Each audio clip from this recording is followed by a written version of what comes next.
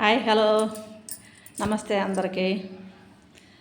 అదే గైస్, నిన్న నేను గోకులం పార్క్లో ఒక వీడియో చేసినప్పుడు వృత్తి ప్రవృత్తి అనే దాని గురించి ఒక మాట అన్నాను. తర్వాత ఆ వీడియో చేయలే. నేను చేశాను కానీ వీడియో చేస్తే అది ఏమైందంటే లైటింగ్ పోవటం వలన మసకగా వచ్చింది. అందుకనే దాన్ని నేను అప్లోడ్ చేయలేకపోయాను.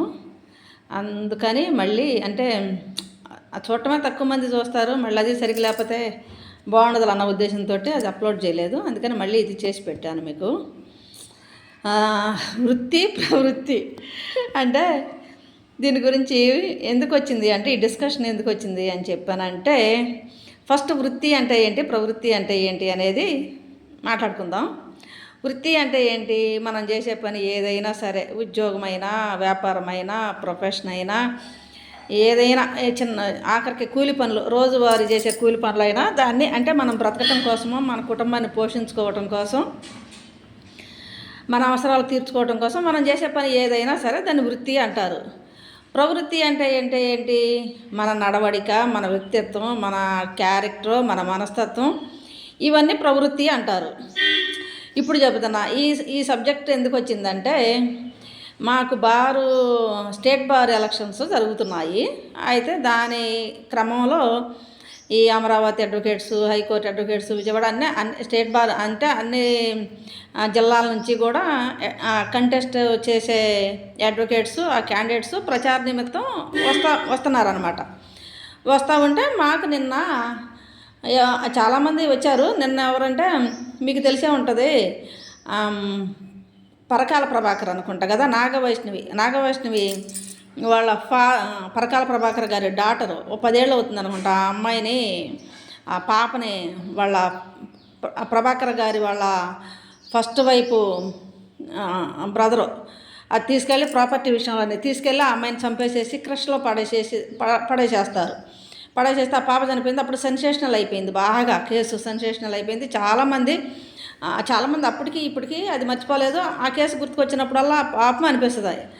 అయితే నిన్న వచ్చిన గుంటూరు అడ్వకేట్ ఎవరంటే బ్రహ్మానందరెడ్డి గారంట. ఆయన వచ్చి మమ్మల్ని పరిచయం చేసుకుంటూ, అదే నేను నాగవైష్ణవి కేసులో నేను అడ్వకేట్గా చేశానమ్మా, ఆ కేసు నేనే చేశాను అంటే, నేను కొంచెం యాంగ్జైటీ తోటి ఏమన్నానంటే, సార్ మీరు ముద్దాయిల తరపున చేశారా అని చెప్పి అన్నాను. అంటే మరి అడ్వకేట్ అంటే డిఫెన్స్ సైడ్ చేస్తారు కదా అన్న ఉద్దేశంతో నేను అడిగితే, లేదమ్మా నేను స్పెషల్ ప్రాసిక్యూషన్ సైడు అంటే ఆ పాప తరపున చేశాను అని చెప్పి అని అన్నారు. ఆ కేసులో చాలామంది ముద్దాయిలు 2-3 చనిపోయినట్టున్నారు. పాప అమ్మ కూడా చనిపోయినట్టుంది. మరి అయితే ఆ సబ్జెక్ట్ అక్కడికి అయిపోయింది. మేము భోజనం చేసేటప్పుడు చాలా డిస్కషన్లు వస్తూ ఉంటాయి.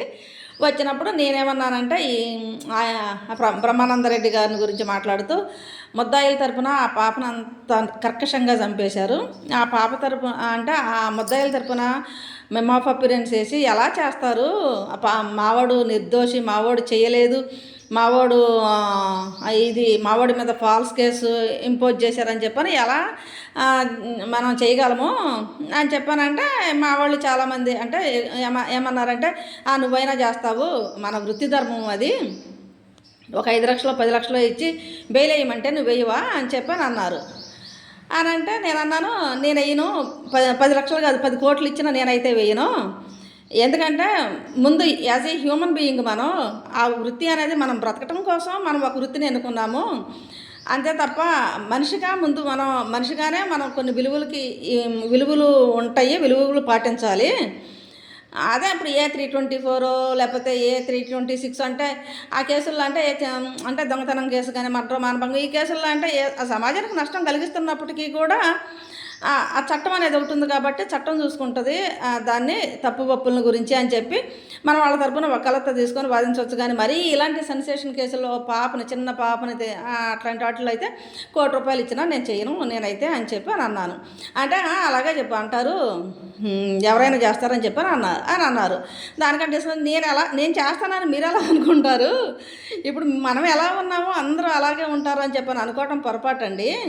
ఎందుకంటే ఎవరికి ఉండే విలువలు వాళ్ళకు ఉంటాయి, ఎవరికి ఉండే ధర్మం అలా. ఇప్పుడు వాళ్ళు మాట్లాడింది కరెక్టే. ఎలా అంటే వృత్తి ధర్మం అంటే మనం ఒక ముద్దాయి తరపున వకాలత తీసుకున్నప్పుడు మావాడు చాలా మంచివాడు అది ఇదని చెప్పి వాదించి తమ్మిని మమ్మీని తిమ్మి చేసి అతను ఎక్విటల్ చేస్తాము. అది వృత్తి ధర్మమే, కాదనను నేను. అది ఎక్కడ ఆన్ రికార్డ్ అనమాట. కానీ ఆఫ్ రికార్డ్ ఒకటి ఉంటుంది. అప్పుడు మనం ఏం చేస్తామంటే బయటకు వచ్చిన తర్వాత అందరి సంగతి నాకు తెలియదు. నేనైతే ఇది మా గురువుగారు, మా పాత గురువుగారు మా గురువుగారు ఒక ఆయన ఉన్నారు. ఆయన దగ్గర చూశాను నేను. అంటే ఆయన చనిపోయారు పాపం, ఏదో యాక్సిడెంట్లో చనిపోయారు, కార్ యాక్సిడెంట్లో చనిపోయారు. ఆఫీస్కి వెళ్ళి కూర్చున్నప్పుడు నేను ఆయన పార్టీలతో ముద్దాయిలతో చెప్తూ ఉంటే వింటూ ఉండేదాన్ని. నువ్వు అలా చేయటం తప్పు కదా, ఇలా చేయటం తప్పు కదా అని చెప్తూ ఉండేవాళ్ళు అనమాట. చాలా మంచి వ్యక్తి ఆయన. పాపం ఆయన చనిపోయారు. ఆయన చనిపోయిన తర్వాత కూడా ఆయన బ్రతికున్నట్టే కొంతమంది దృష్టిలో అయితే.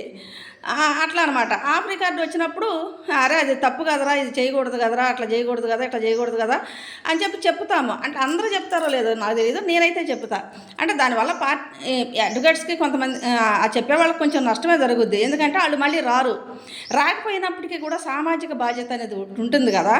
ఆ సామాజిక బాధ్యత అంటే అది ఎవరైతే చెప్పగలరో ఆ చెప్పే అవకాశం ఎవరికైతే ఉంటుందో వాళ్ళు చెప్పాలి అనేది నా అభిమతం అన్నమాట. అలా ఆ డిస్కషన్ జరిగింది గైస్ నిన్న. అది మీతో షేర్ చేసుకుంటున్నాను. అది కరెక్టే కదా మీరు చెప్పండి. ఇప్పుడు ఒకటేంటంటే వృత్తి ధర్మం అంటే వృత్తి ధర్మం ప్రకారమే చేస్తున్నారు అందరూ. ఆ వృత్తికి కూడా వ్యతిరేకంగా చేస్తున్నారు కదా. ఇంకోటి ఇప్పుడు ఇలాంటిదే కాదు, నిర్భయ కేసు అలాంటప్పుడు ఆ టైం అప్పుడు కూడా కొంతమంది అడ్వకేట్స్ బాయ్కట్ చేశారు. అసలు ఎవరు వేయకూడదు, మెమో ఆఫ్ అపియరెన్స్ వాళ్ళకి బెయిల్ వేయకూడదు అని చెప్పి ఆగిన సందర్భాలు ఉన్నాయి. అలాంటి కేసులు కూడా కొన్ని ఉన్నాయి. అంటే ధర్మం అనేది, నీతి అనేది పూర్తిగా ఏం చచ్చిపోలేదు, కొంత బ్రతికే ఉంది అని చెప్పి నేను నమ్ముతాను. ఇంకోటి ఏంటంటే డబ్బులు ఈ ప్రపంచంలో డబ్బులు తప్ప ఇంకా ఏమీ లేదు. డబ్బులు మాత్రమే జీవితం, డబ్బులు మాత్రమే ఇక మొత్తం శాశ్వతం అదే అని చెప్పాలి అనుకున్న వాళ్ళు చేస్తారేమో. కానీ డబ్బులు కాకుండా ఇంకా ఉన్నాయి కొన్ని, డబ్బుల కంటే విలువైనవి చాలా ఉన్నాయి అని నమ్మేవాళ్ళు కూడా కొంతమంది ఉన్నారు. ఆ కొంతమందిలో నేను ఉన్నాను. ఇంకోటి ఏంటంటే వృత్తి వేరు, ప్రవృత్తి వేరు. వృత్తిపరంగా ఈ లా ప్రొఫెషన్లో వృత్తిపరంగా ఎన్ని అబద్ధాలైనా ఆడతారు, ఎన్ని అబద్ధాలైనా ఆడాలి కూడా. అదే వృత్తి ధర్మం. ఎందుకంటే ఒక ముద్దాయి ఒక లాయర్ని నమ్మి వచ్చాడు అంటే ఆయన ప్రొటెక్ట్ చేయాల్సిన, ఆయన కాపాడాల్సిన బాధ్యత అడ్వకేట్ మీద ఉంటుంది. కాబట్టి అది ఖచ్చితంగా వృత్తి ధర్మమే. ప్రవృత్తిలో ఎటువంటి అబద్ధాలు ఆడకూడదు. ప్రవృత్తిలో కొంత న్యాయం చేయాలి, కొంత ధర్మం ఉండాలి అని అంట. ఎప్పుడైతే మనం ధర్మాన్ని కాపాడుతూ ఉంటామో అదే ధర్మం మనల్ని కాపాడుతుంది అని చెప్పని నేను నమ్ముతాను. ఇంకోటి ఏంటంటే చట్టం వేరు, ధర్మం వేరు. ఈ వీడియో చాలా లెందీ అవుతుంది, అయినా చూడండి. చట్టం వేరు, ధర్మం వేరు. ఎలా చెప్తున్నానంటే చట్టం అంటే చట్టానికి చట్ట పరిధిలో రాని ధర్మాలు చాలా ఉంటాయి. ఇప్పుడు ఇద్దరు వ్యక్తులు ఉంటారు. ఆ ఇద్దరు వ్యక్తుల్లో ఒక వ్యక్తి అతనికి డబ్బులు ఇచ్చాడు అనుకోండి, అప్పు. ఆ స్నేహితుడే కదా అని చెప్పి ప్రోనోటు, ఎలాంటి సాక్ష్యాధారాలు లేకుండా, ఎలాంటి డాక్యుమెంటరీ ఎవిడెన్స్ లేకుండా డబ్బులు ఇచ్చాడు. డబ్బులు ఇచ్చిన వ్యక్తి చనిపోయాడు, తీసుకున్న వ్యక్తి బ్రతికే ఉన్నాడు. ఇచ్చిన వ్యక్తికి ఫ్యామిలీ ఉంది. ఆ ఫ్యామిలీకి తెలుసు డబ్బులు ఇచ్చాడు అని చెప్పని. కానీ ఆ డబ్బులు వసూలు చేసుకోవాలంటే వీళ్ళకి లీగల్గా చట్టపరమైన ఆధారాలు ఏమీ లేవు. అలా అని ఆ డబ్బులు ఎగ్గొట్టడానికి తీసుకున్న వ్యక్తికి కూడా అవకాశం ఉంది. ఎందుకంటే వాళ్ళు బై లీగల్గా రావడానికి వాళ్ళ దగ్గర ఎటువంటి ఆధారాలు లేవు కాబట్టి. అయినప్పటికీ కూడా లీగల్ ఎన్ఫోర్స్మెంట్ లేకపోయినప్పటికీ కూడా తీసుకున్నది నిజమే కాబట్టి చెల్లించాల్సిన ధర్మం అతనికి ఉంది కాబట్టి ఆ డబ్బులు చెల్లించడమే ధర్మం. చట్టపరమైన పరిధిలోకి రాకపోయినప్పటికీ కూడా, చట్టపరంగా అతను వసూలు చేసుకునే అవకాశం వాళ్ళకి లేకపోయినప్పటికీ కూడా తీసుకున్నది నిజం కాబట్టి చెల్లించడం ధర్మం. అదే అందుకనే చట్టం వేరు, ధర్మం వేరు అని చెప్పని అంటారు. అలాగే ఓకే గైస్, చాలా లెందీ వీడియో పెట్టాను. బై. దీని మీద మీకు కామెంట్ చేయండి. ఇది చాలా పెద్ద సబ్జెక్టు. మీకు ఎవరైనా ఇంట్రెస్ట్ ఉంటే ఇది ఇంకొక ఎపిసోడ్ చేయమంటే